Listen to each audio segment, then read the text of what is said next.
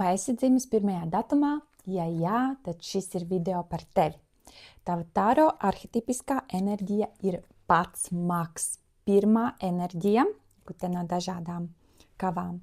Tas simbolizē potenciālu, iniciatīvu, domu spēku.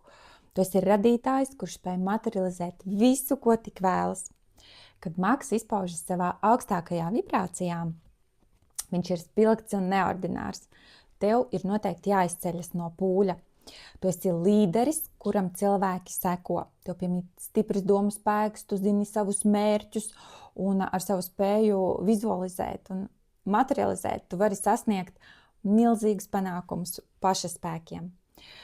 Magiem patīk uzņemties atbildību, viņi ir pārliecināti par saviem spēkiem, viņi ir pilni ar idejām un ir ļoti labi speciālisti savā jomā.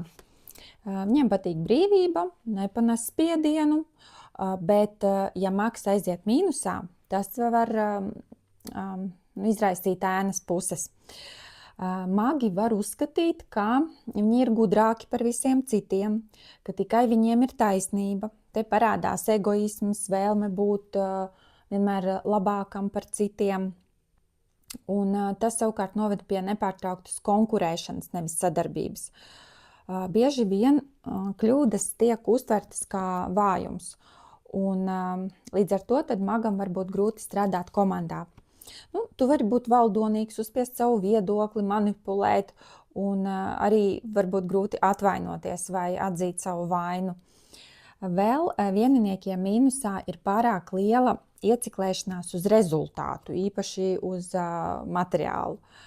Un līdz ar to viņi nemāk izbaudīt procesu. Vēl kas ir bailes zaudēt statusu, viņi nepieņem otro vietu. Ja viņi nav pirmie, viņi jūtas kā lūzeri. Magu galvenais uzdevums dzīvē vispār ir atvērt savas spējas, pašam uztaisīt sev ceļu un iemācīties izmantot savus talantus. Bet, lai to sasniegtu, tev jāpārvar viens liels šķērslis. Jāmācās strādāt komandā un pieņemt, ka visi citi nav tikai muļķi. Kas tev var palīdzēt? Praktizēt pozitīvu domāšanu, iemācīties slavēt citus, izteikt komplimentus. Un ļoti labi magiem ir nodarboties ar labdarību, bet anonīmi, lai atbrīvotos no vajadzības pēc atzinības. Ar maga enerģiju vispār var sasniegt panākumus visur, it īpaši tādās nestandarta profesijās, kur ievieš kaut ko jaunu. Ja, jo magi ir līderi, vadītāji, te piestāv tirniecība, vadība, finanses, politika, viss, kur var kaut ko inovatīvu ieviest. Arī ezotērika, psiholoģija, dziedniecība, visas jomas, kur nepieciešams stiprs domu spēks un spēja iedvesmot. Jo magi, jūs esat radītāji. Ja jūsu spēkiem un domām piemīt milzu spēks. Tā kā izmantojiet to gudri, atmetiet ego un jāvada ir ar sirdi. Ja.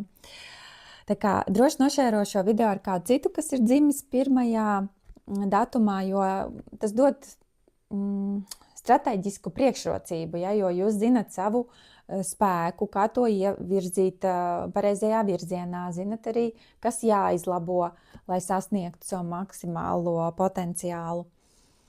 Principā tā ir atslēga uz labāku dzīvi. Un, ja gribi noskaidrot vairāk par sevi individuāli, tad droši nāc pie manis uz tāro vai astroloģijas konsultāciju.